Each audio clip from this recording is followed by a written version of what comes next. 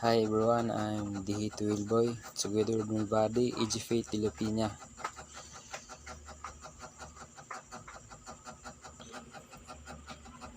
Reporting about legal, sexual, and reproductive rights of women.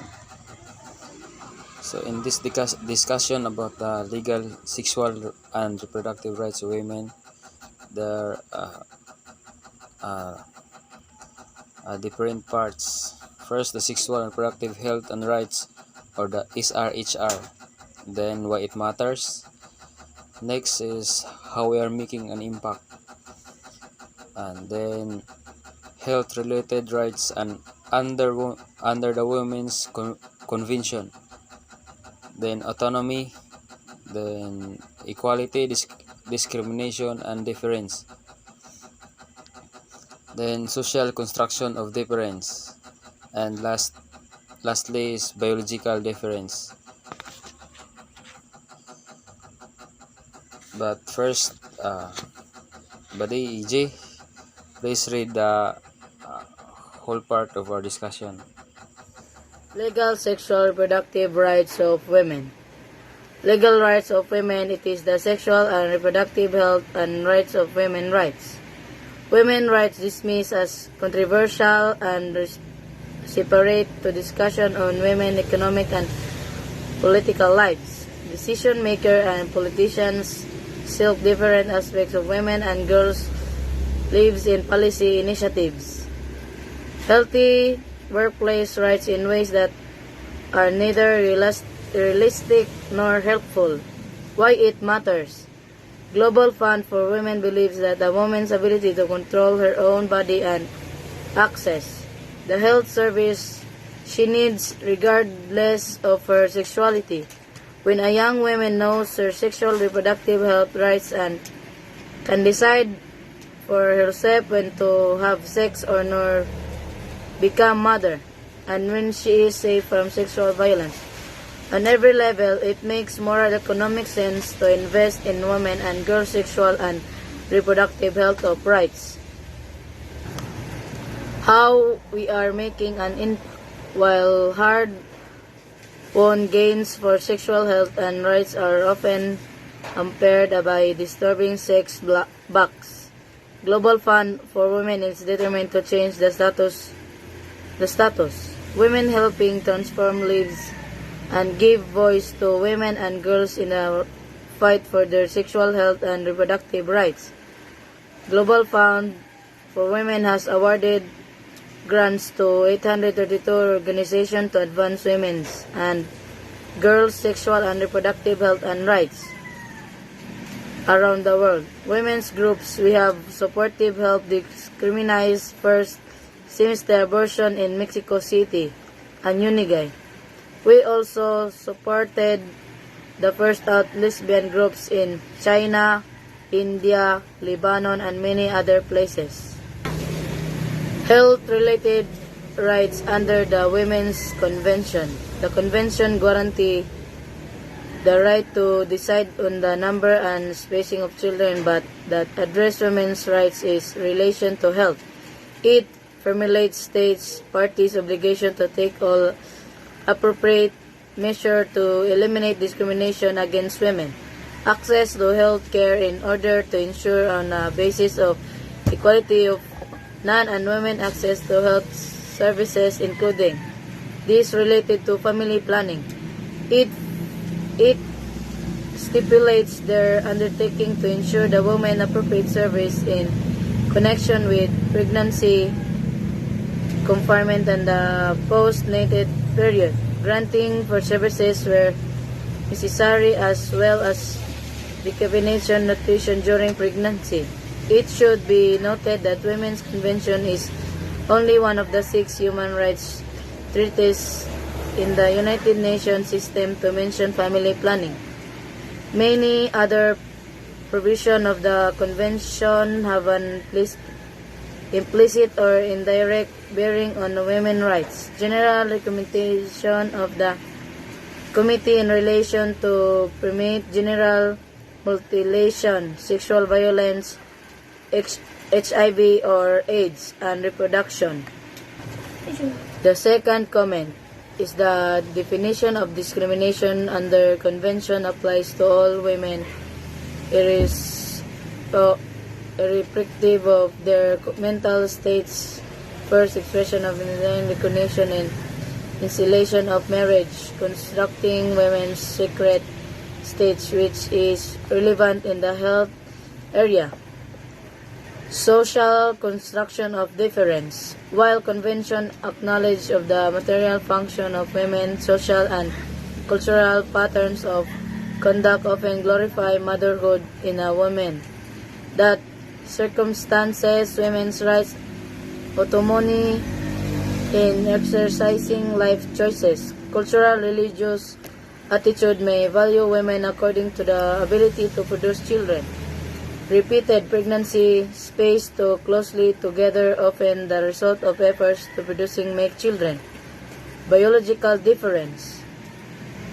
While such social feminism in all women are clearly mediated by in the part of biological difference between women and men, contemporary feminist legal theory products that the principle of gender equality takes into account such difference rather than requiring women to meet standards set by the model. Autonomy. Autonomy means the rights of women to make decisions concerning her fertility and sexuality free to conviction of violence. Much turns to our understanding of coercion of violence. These rights impose certain correlative duties upon health care provides and delivers of services. Equality, discrimination, and difference. Concept that deserves some explanation is that discrimination. Equality implies non-discrimination and discrimination is the violation of rights to equality. Convention defines the term discrimination against women as any distinction, exclusion, or restriction made on the basis of the sex which has the effect or purposes of impairing or insensate by women in respective of their material status on basis inequality of men and women of women rights, fundamental economic freedom, social, cultural, or any other field. Equality requires that we treat different interests without discrimination and also that we have differences in the ways that respect those differences. Women's right to health and health care of the basis of inequality with men encompass both comparable health needs as well as specific health needs. Failure to allocate resources to ensure provision of services of women's special health needs, additional common and when men and discriminated. Thank you, EJ. So, the legal, sexual, and reproductive rights of women. This also includes the right to be safe and satisfying sex life.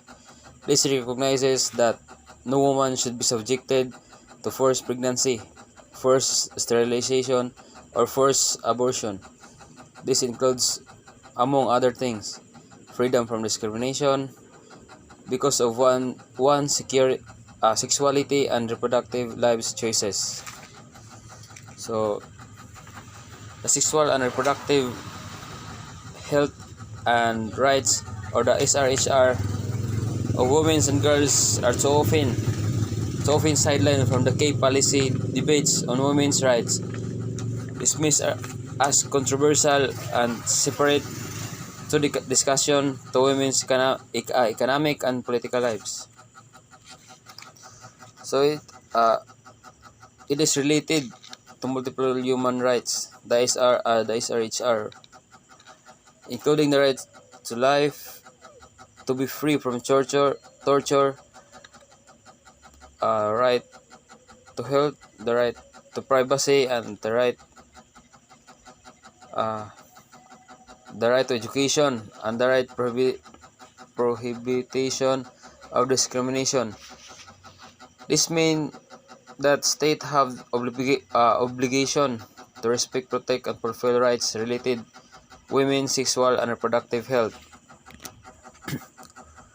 The global status of women's and girls' sexual and reproductive health and rights is disturbing. 225 million women worldwide want contraception. So contraception means the deliberate use of artificial methods or other techniques to prevent pregnancy as a consequence of sexual intercourse.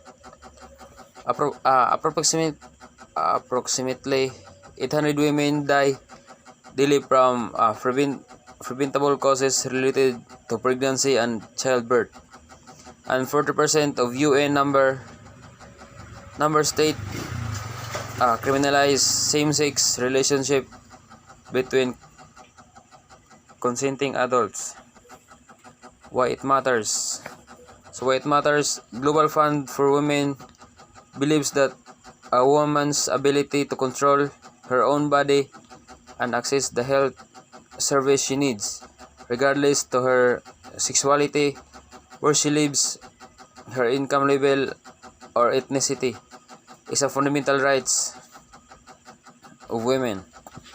So why it matters? The GFW, or the Global Funds for Women, believes the ability of women.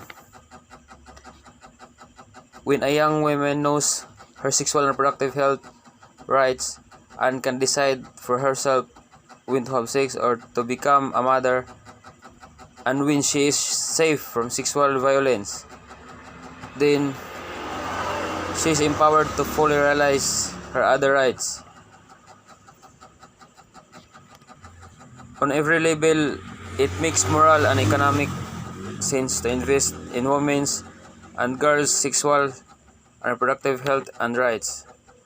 Recent economic analysis indicates return on investment of $120 for every dollar spent on improved access to sexual and reproductive health for women. How we are making an impact. So, while hard-won gains for sexual health and rights are often hampered by disturbing setbacks, Global Fund for Women is determined to change the status or the current situation. Global Fund for Women is helping transform lives and give voice to women and girls in the fight for their sexual health and reproductive rights. The health-related rights under the Women's Convention.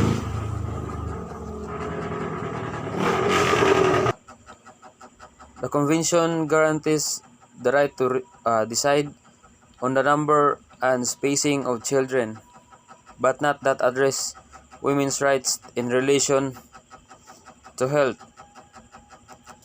So, it further speculates their undertaking to ensure to women appropriate services in connection with pregnancy, confinement, and the postal period, granting free service where necessary, as well as adequate nutrition during pregnancies and lactation. These health-related rights is under by the CEDAW. CEDAW means Convention of the Elimination of All Forms of Discrimination Against Women. CEDAW means Convention of the Elimination of All Forms of Discrimination Against Women.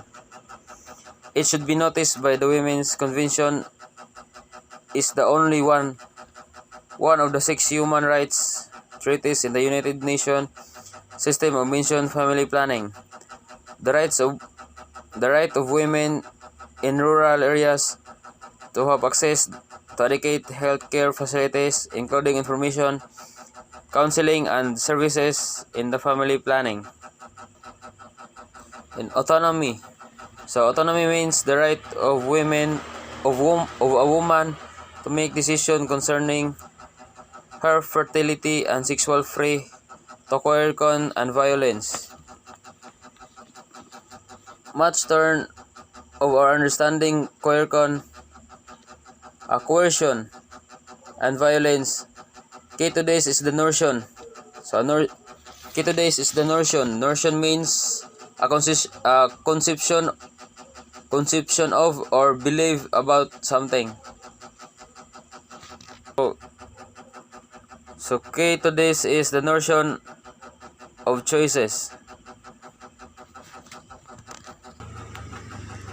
Autonomy also means that the woman seeking health care in relation to her fertility and sexuality is entitled to be treated as an individual in her own right, the sole client of the health care provider.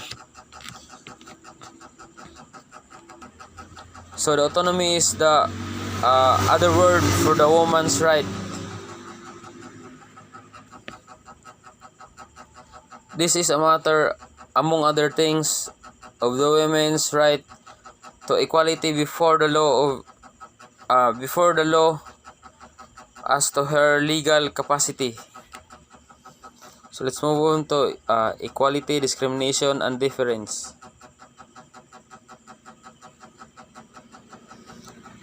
Equality implies non-discrimination, and discrimination is a violence of the right to equality.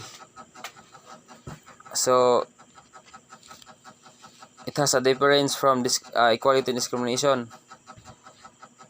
The convention defines the term discrimination against women as any distinction, exclusion, and restriction made on the basis of sex which has the effect or purpose or impairing or nullifying the recognition, enjoyment, or exercise by women, irrespective of their marital status,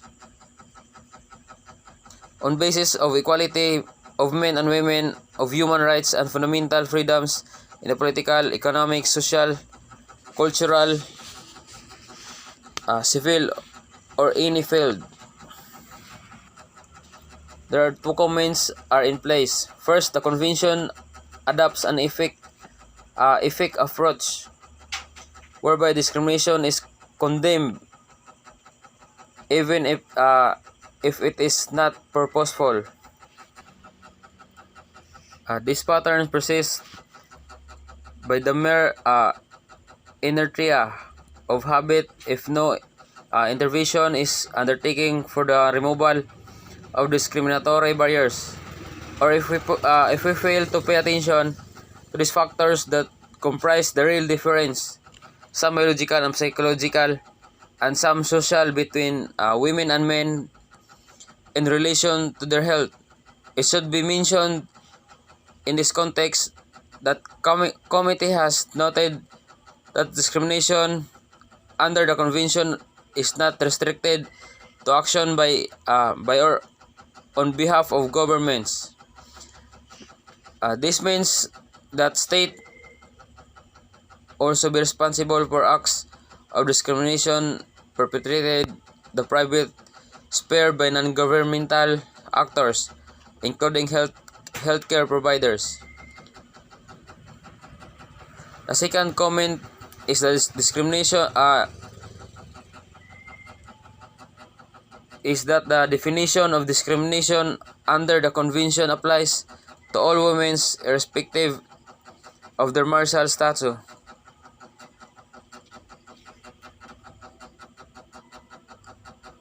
The area of health is particularly interesting in the term of equality theory because of what has already been noted.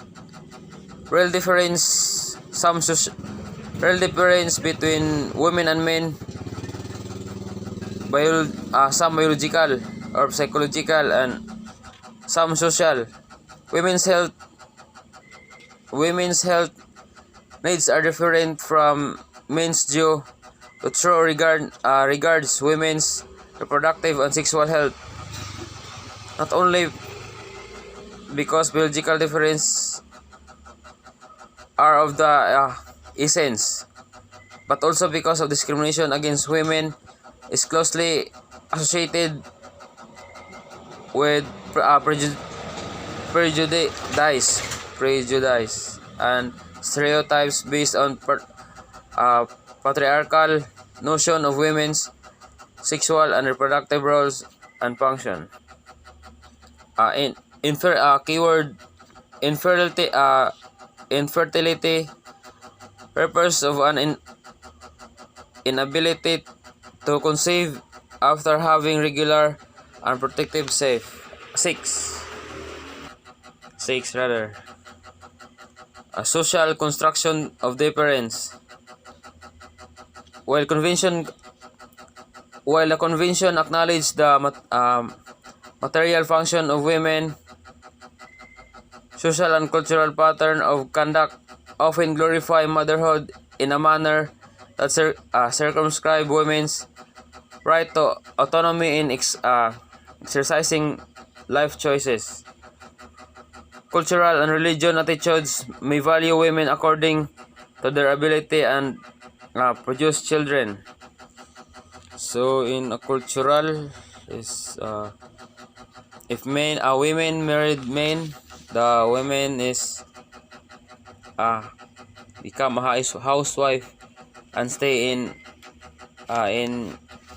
this house in house while the women or the patriarchy find a way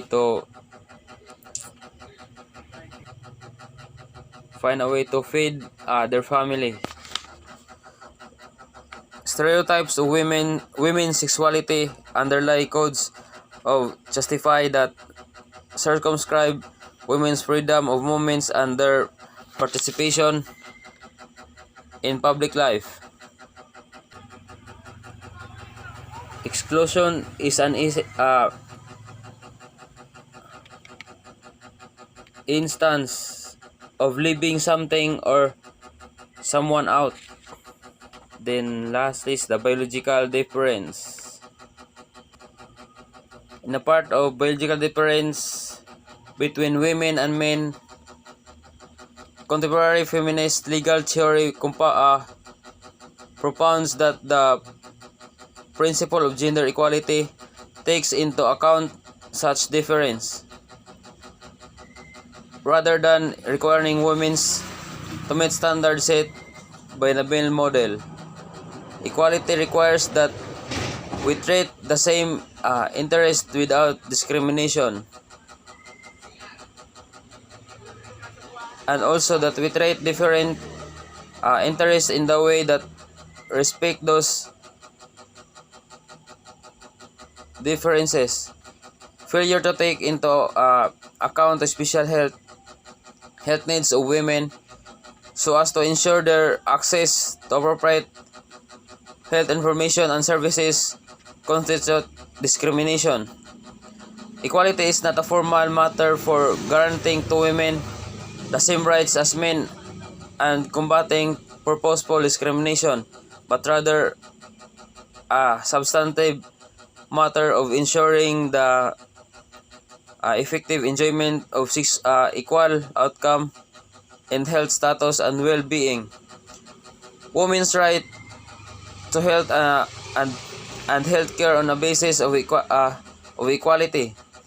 Equality with men encompass both comparable health needs as well as sex-specific health needs.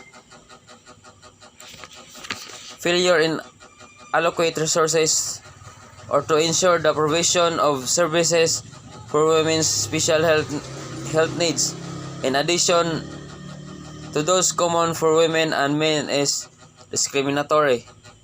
So the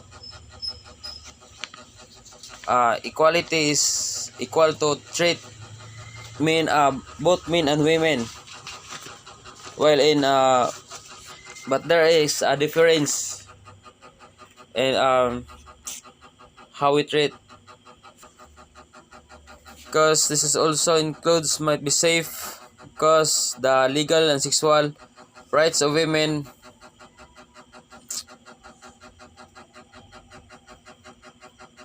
this is includes the right to be safe and satisfying sex life.